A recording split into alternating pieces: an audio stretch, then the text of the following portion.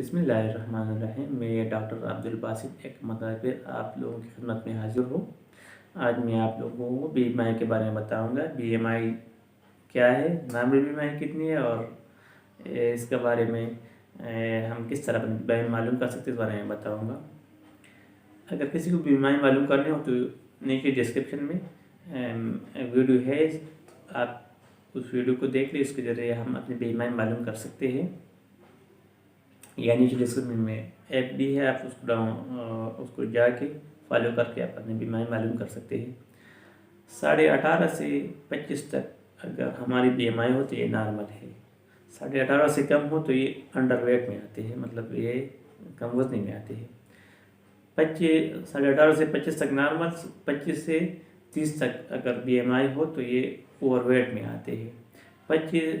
30 से 35 तक अगर बीएमआई हो तो ये क्लास 1 ओबेसिटी में आती है। 35 से 40 तक अगर बीएमआई हो तो ये क्लास 2 ओबेसिटी में आती है। अगर बीएमआई 40 से ज़्यादा हो तो ये क्लास 3 या सीवियर ओबेसिटी या बहुत ज़्यादा मोटापे के ज़ुमरे में आता है।